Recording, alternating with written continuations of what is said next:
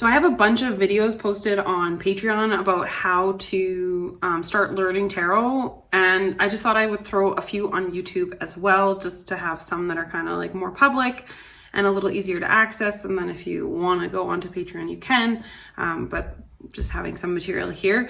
So I thought that I would make this video about the suits, or just an intro into the tarot suits. And my reason for doing this is because I put so much time into like studying each and every card and learning the meaning behind each and every card that I'm like embarrassed to admit how much time I put into studying tarot, and I don't really feel it's necessary. So now that I read the way that I do, I actually think you don't have to go through and learn exact meanings of every single card, especially not with how decks are made.